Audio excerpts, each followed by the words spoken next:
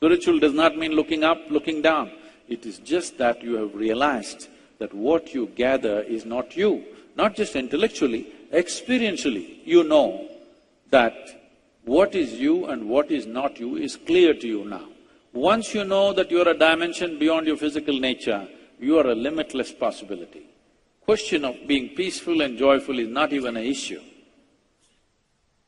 I'll leave it here. If you have questions, any kind of question, please.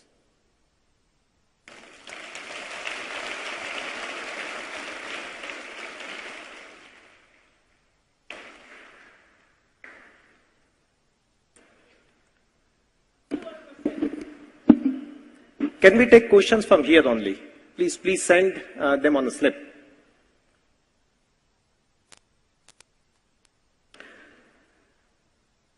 As we can see, I have already got many questions. The audience is getting eager to have many doubts solved by Sadhguru. I'm getting them through slips, I'm getting through my WhatsApp, I'm getting through SMSs. So without wasting any further time, I would like to take some questions for Sadhguru, though we have a time limitation, so I don't know how many I'll be able to fill up. But the very first question is from Chairperson of IMA, Mrs. Ritu Grover. What's the purpose of life? What is it that one feels fulfilled with the way he or she has, when it is that one feels fulfilled with the way he or she has lived the life? What is the purpose of life? What is the purpose of life? Well, suppose today you are ecstatic for something, for whatever reason. When you're ecstatic, do you wonder, what is the purpose of life? Do you? Do you? No. When life is becoming burdensome, then you ask, what is the purpose of life, isn't it? So, all questions which come from any kind of burdensomeness, desperation, misery, don't try to answer those questions because you will get wrong answers from within and wrong answers from anybody else. People will tell you the purpose of life is because God has fixed this and that. I want you to know, in such a huge creation, maybe they don't even know that you exist, be ready for that. Don't know. If you have a family of 4 people, you don't know what the hell is happening. Yes or no? If you have 2 children, you don't know what the hell they're doing most of the time. So you think somebody knows who you are and he's got a special purpose for you? This is unfortunately, in the name of religion, this is spread, this is the height of human ego. This is too self-centered. First of all, to think that existence is human-centric itself is a wrong idea. You're just one more creature, just understand this. You're just one more creature in the creation. Don't make too much out of yourself. It's a tremendous possibility, that's different, but do not make too much out of yourself. What is the purpose of life? Never ask… what you're asking is, why creation? Never ask why with creation. You just ask how. If you ask me how to transcend this burdensomeness, I've got a way for you, I've got a method for you, I have tools and technologies for you. If you ask me how to transcend my misery, I've got ways and tools and technologies for you.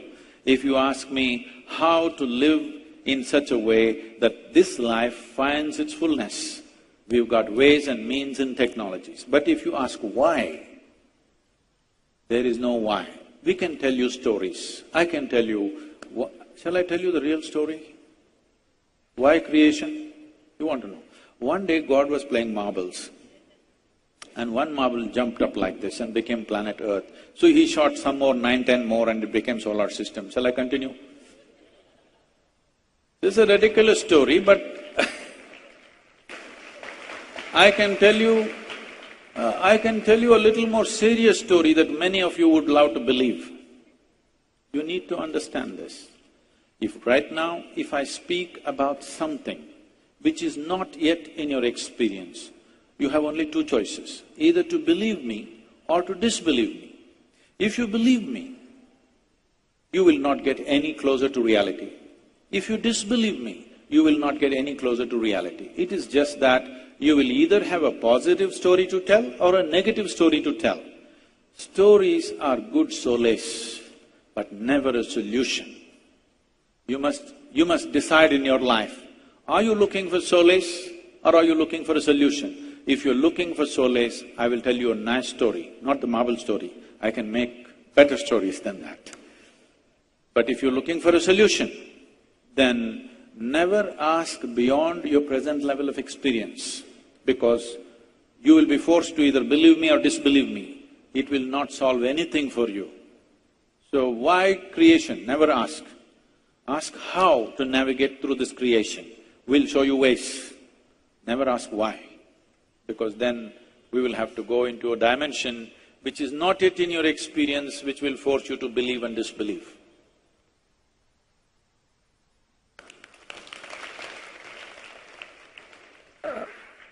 Sadhguru, Mrs. Rachna Mittal is having a very simple question, and she asked, Sadhguruji, is being happy so really difficult that it needs to be managed?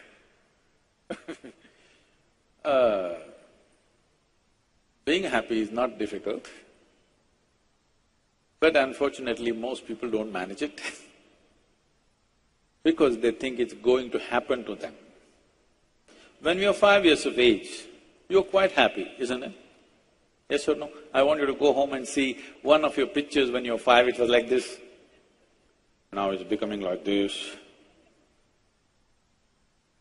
When you're 5 years of age, if you're so happy, by the time you're 30, you should have been ecstatic, if you had grown, I mean. But by the time they're 30, most people are mess themselves up in so many different ways. This is not because there is some difficulty with life or happiness. It is just that, as I told you, they gave you a sharp knife. You don't have a steady enough hand. If you had a steady hand, the sharp knife would be a wonderful instrument. If you don't have a steady hand, you keep cutting yourself, and now being happy when a knife is constantly cutting into you is very difficult, for sure. Yes? How many times has it happened to you in the last 25 years that it so happened somebody put a knife into you? Not happened for most of you. If it happened to one or two people, I'm sorry. Nobody even put a pin into you, isn't it? Yes or no? I'm asking, how many times it so happened from external sources, suffering came to you? No, you're mostly on self-help. Yes or no? You're in self-help, isn't it? You don't need anybody's help, you're such an expert. Sometimes when I see people, I think they're training to get employment in hell or something. They're practicing here. Because they're so good at self-torture, they may be good at torturing other people. So happiness is neither easy nor difficult, because there is no states like this. This is happiness, this is unhappiness. You are slipping between this and that any moment, isn't it? Yes or no? It's not like there is a capsule of happiness and a capsule of unhappiness and they're separate. No, it is all intermingling, one moment like this, one moment like… in the same situation. One moment joyful, one moment miserable, another moment some other way. Is it not happening? So these are not anything. This is just this. You are a volatile being right now, not stable enough. I told you this is an evolutionary problem. Your intellect and your awareness evolved ahead of your physiology. You're only 1.23% away from a chimpanzee, but in intelligence you are big away. Now your own intelligence turning against you. One simple way of being happy is you go for a lobotomy. You know what that is? Remove half of your brain. You will always be like that. So it's easy. It's not easy, it's not difficult. Should it be managed? You don't have to manage happiness. You must learn to manage your faculties. The only thing is just this, people are suffering two most important faculties of your mind, your memory and your imagination, which sets you apart from every other creature. What happened 50 years ago, you can still remember, which no other creature on this planet can probably, distinctly. And you can project into what may happen in the next 100 years. These memory and imagination are two basic faculties which makes us human and on top of the evolutionary pile. This is what people are suffering. What happened 10 years ago, they're still suffering. What may happen day after tomorrow, they're already suffering. This is not that they're suffering life, they're just suffering their memory and their imagination. So happiness, don't aim at happiness. Just look at yourself. How what you call as myself is being conducted. If you conduct it, if you know how to conduct it the way you want it, you will be blissed out. Yes, it is not being conducted. So happiness and misery is happening by accident. Somebody else can cause happiness to you. Somebody else can cause misery to you. People ask me, Sadhguru, we have been with you for 25 years, we've never seen you angry. Do you ever get angry? You want it? Do I look like somebody who's incapable of something like that? If you want, I'll give you. It's just that I have not given this privilege to anybody, that somebody can make me angry, somebody can make me unhappy, somebody can make me happy. No, I kept these things to myself.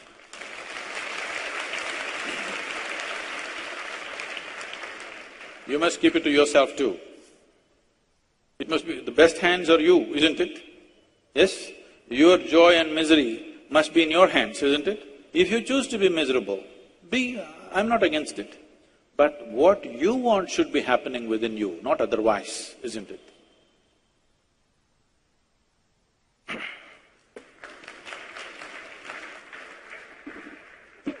And then I have probably a sequel to this question. This is through WhatsApp. And somebody wants to know, Sadhguru, how can one be happy even if he or she is married?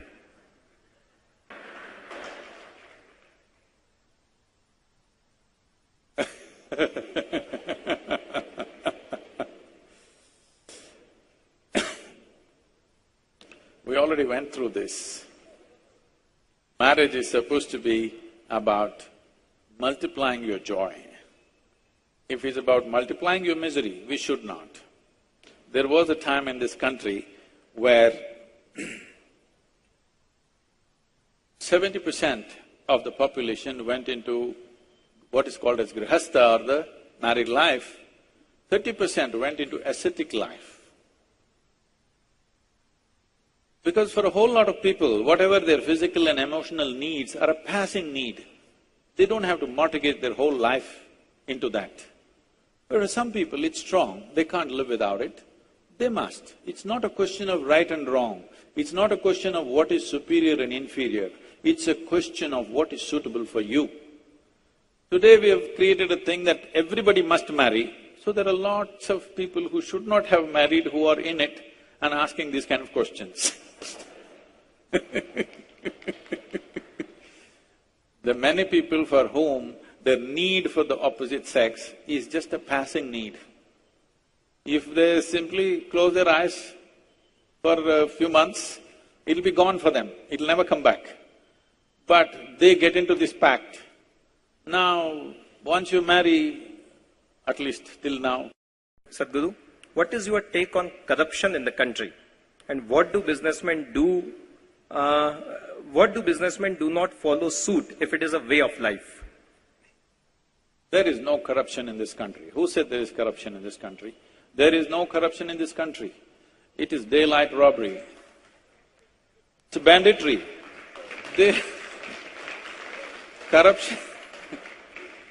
Corruption means you want some favor, you go to him with great hesitation, under the table, he takes something from you. That's corruption. Now they're pointing a gun at your head and say, you pay, otherwise you won't exist. This is banditry, this is not corruption. We have to deal with this. If you don't deal with this, if you don't deal with this one fundamental thing, we will not go very far as a nation. We cannot go. Because there is a government and a parallel government, there is a rule and a parallel rule. Parallels are… people normally when they use this analogy of being parallel lines, people think that they're together. No, I want you to understand, if you're going crisscross, you may meet somewhere. Parallel lines will never meet.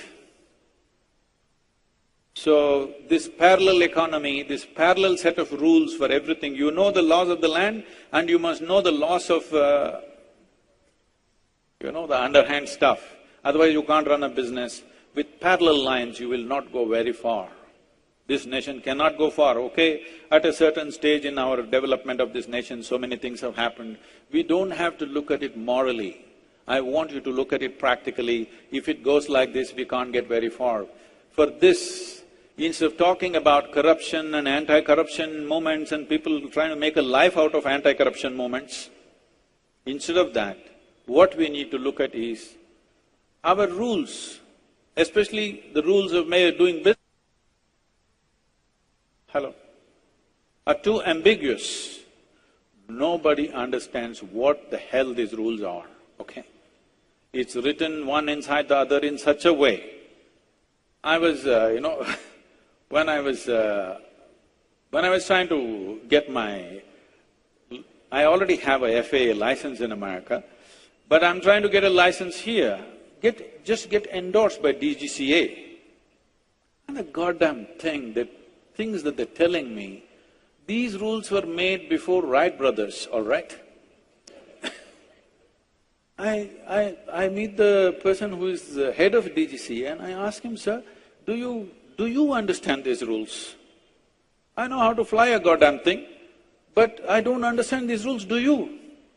He says, no, I'm not a pilot, I don't understand. I'm telling you, nobody understands because it's written in such a way that you're not supposed to understand. When you don't understand a damn thing, you'll pay something and get it, all right? The rules are written in such ambiguous ways. It's time to simplify the laws of doing business. It's most important. I don't know how it is here. I hear things are much better here now with your chief minister, and in the center it's getting better. A few states are getting better. But where we are, if you want to get a building permission, we're not building a commercial building, ashram building, all right? We know everybody from top to bottom. It takes 14 months to get a building permission. It has to go through some 16 different departments, and at every table you have to move it. There must be a team following these files, where it goes, otherwise they'll vanish somewhere. We're building another ashram in the United States. There is a code book that you are supposed to understand, and your architect is supposed to understand, and you discuss it with the local authority and then you build. Nobody bothers what the hell you're building. You build whatever you want. Before you occupy, he comes for inspection. If it is according to the code, your building is there. If it is not according to the code, your building will go down and you go in. It's as simple as that. Why this? Why is it that we're treating every ordinary citizen, a law-abiding citizen, like a criminal? You have to get no objection and no objection. Why the hell does anybody have objection with my money if I'm building this nation? Why does anybody have a damn objection? With my money, I'm building something in this nation that's going to be useful for the people, whether it's a business or an industry or an ashram, it doesn't matter what. I'm building something with my investment, I'm building the nation. What is your problem? Why do you have an objection? Are you still English? Are you still an occupier? We're still continuing those laws. It's time we change the laws. If you simplify the laws, nobody have to pay anything. In simplification of the laws, there are complications. Some misuse will happen, but it's okay. Misuse, a little misuse for some time till we understand how it works is all right rather than holding the nation at a standstill.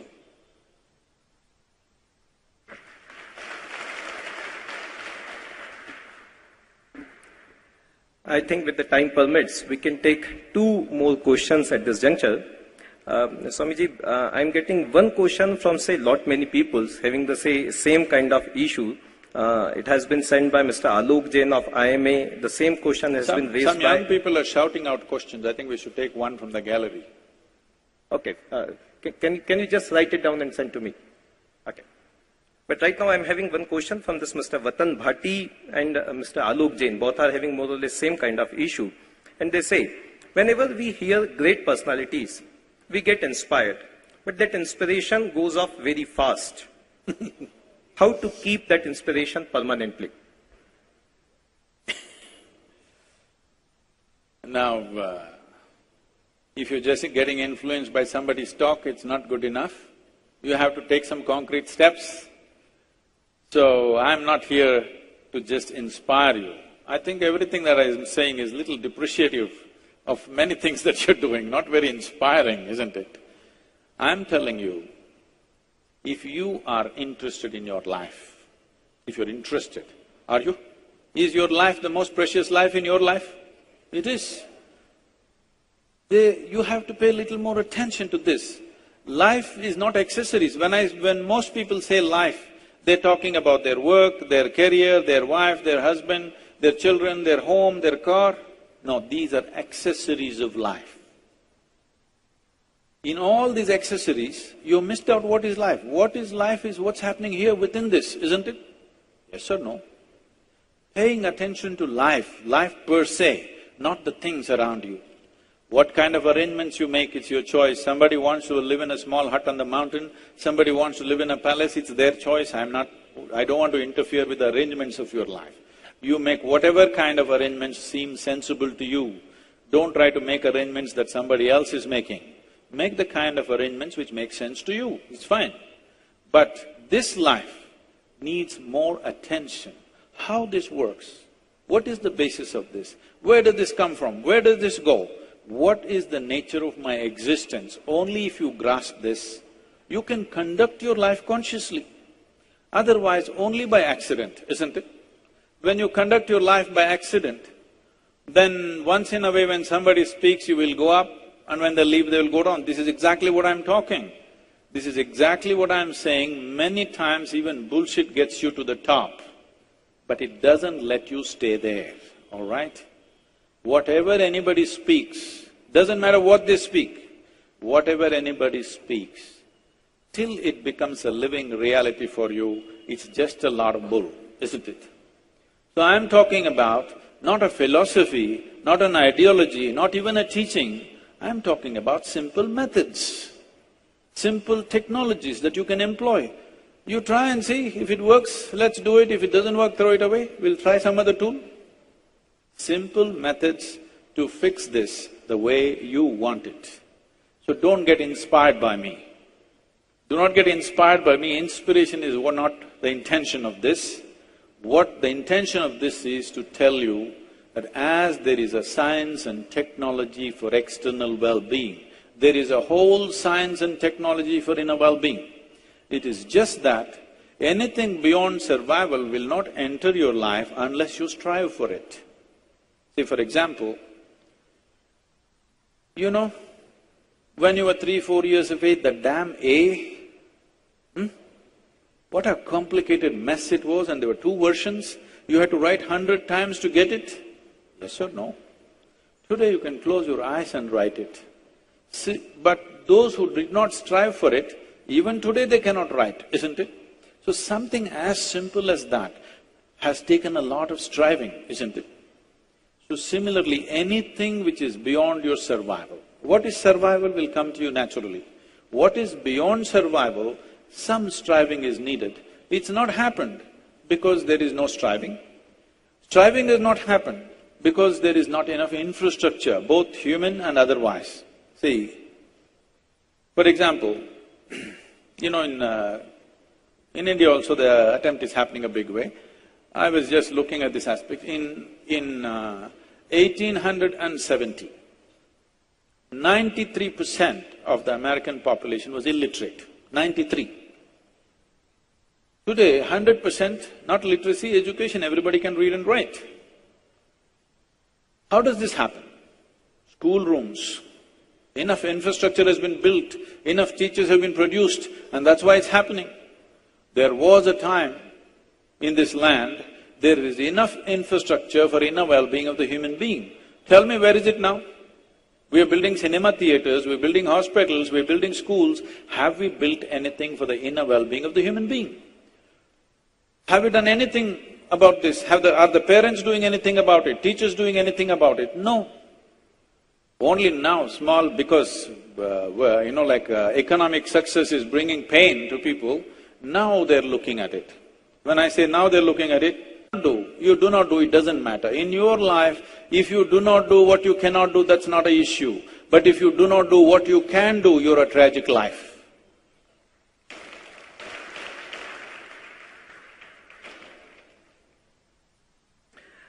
I would say, combine few questions again, which are having the same tone. Lot many people wants to ask about, say, contradiction between my inner self and somebody else's inner self. Oh. Professor Akriti from Medicaps Institute of Technology and Management, Dr. Alok Bansal, and Mr. Jagdish Verma from IMA, all are having more or less same kind of query. They write, Swamiji, I want to be myself, in control of my inner self, but I live with my family and friends and next generation who all have their own inner self. This calls for compromises every day. Then how to take care of such situation to realize myself as I want to be? I think we've been through this, but anyway, let me repeat this. See, right now, you're calling your personality as self. Your personality is an acquired quality, largely unconscious, a little bit of it conscious. Your body is an acquired thing. Your mind or the content of your mind is acquired thing. So what is not acquired from outside, only that you can call as self. In that, there is no such thing as myself and yourself. It's like this, let me give you an analogy. It's like, when you were a child, at least did you blow some soap bubbles? No, you did not. Oh, you should. If you blow soap bubbles, they're all real, isn't it? So there is a bubble. What is the most important aspect of the bubble? The air inside, isn't it? If it goes poop, then there's just a spot of water on the floor or soap water on the floor, but the air, where did it go? You don't find it anywhere. But the most important aspect of the bubble is the air that it contains. Similarly, you made a bubble built out of this, from this planet, you picked up material and built something for yourself. Fine, I have nothing against it. But to gather this much body and to gather this much mind, there must be something more fundamental. Don't jump into conclusions. But there must be something more fundamental than that, isn't it? So, the physical body and the mind is just software and hardware for the life within you to function. You gathered your software and hardware from outside, but the life within is undeniably there. To do a simple process, can you see me, all of you? You close your eyes, can you see me? No. So now, when you're looking at me, are you looking at me or is it your eyes looking at me? Your eyes, ma. If you close your eyes, are you still there? Are you still there or are you gone? You're still there. So, your eyes are just a window. If you open the window, you see. If you close the window, you don't see. But you are still there, isn't it? So whatever that is, let's not give it a name. Right now we'll call it you. That is not different from you and me. It's fundamental life-making material. This is not different. Right now, if you… What did you have for breakfast, ma? Breakfast? Okay, huh? What? Milk? This is something more interesting, this child's food.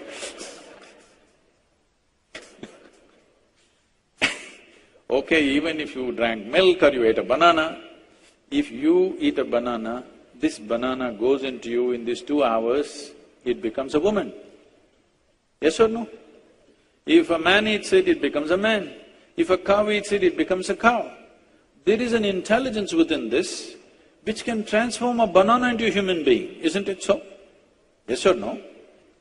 If I take a banana in my hand and make it into a human being, who would you think I am? Creator himself, isn't it? Nothing less than that. And every one of you have this competence or no? Yes or no? You have it, it's only that it is functioning unconsciously. Such a phenomena. Taking a banana and making a human being out of it, is it a small phenomenon?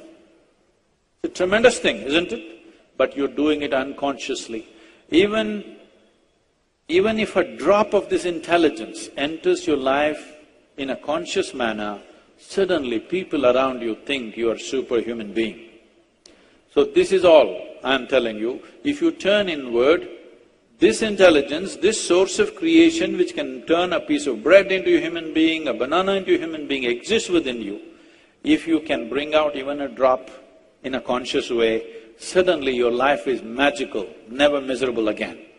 So, when we talk about the self, there is no such thing as yourself and myself.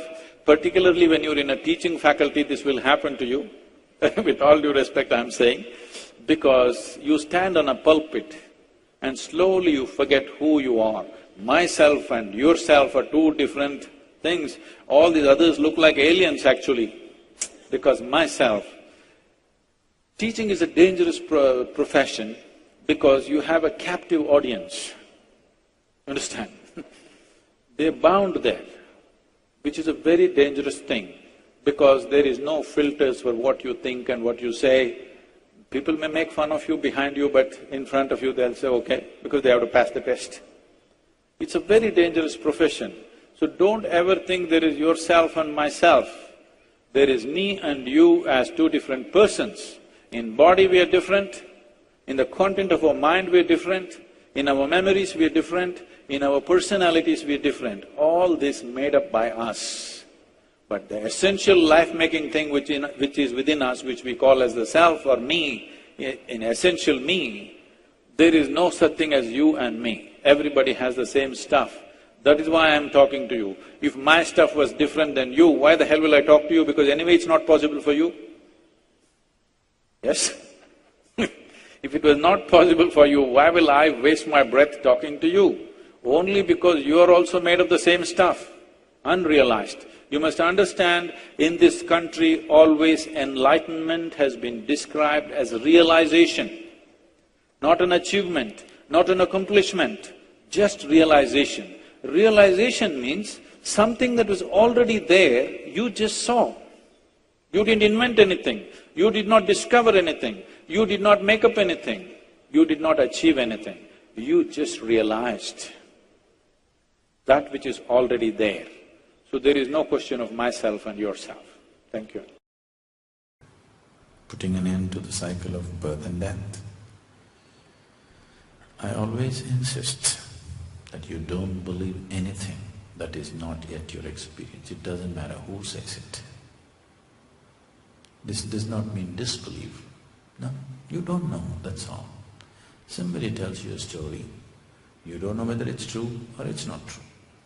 So even if I say something, don't believe this nonsense. Everything that human beings can do is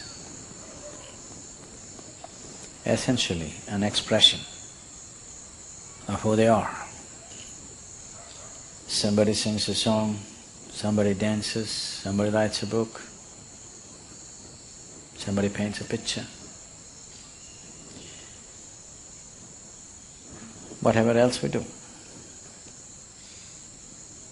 is an expression of who you are.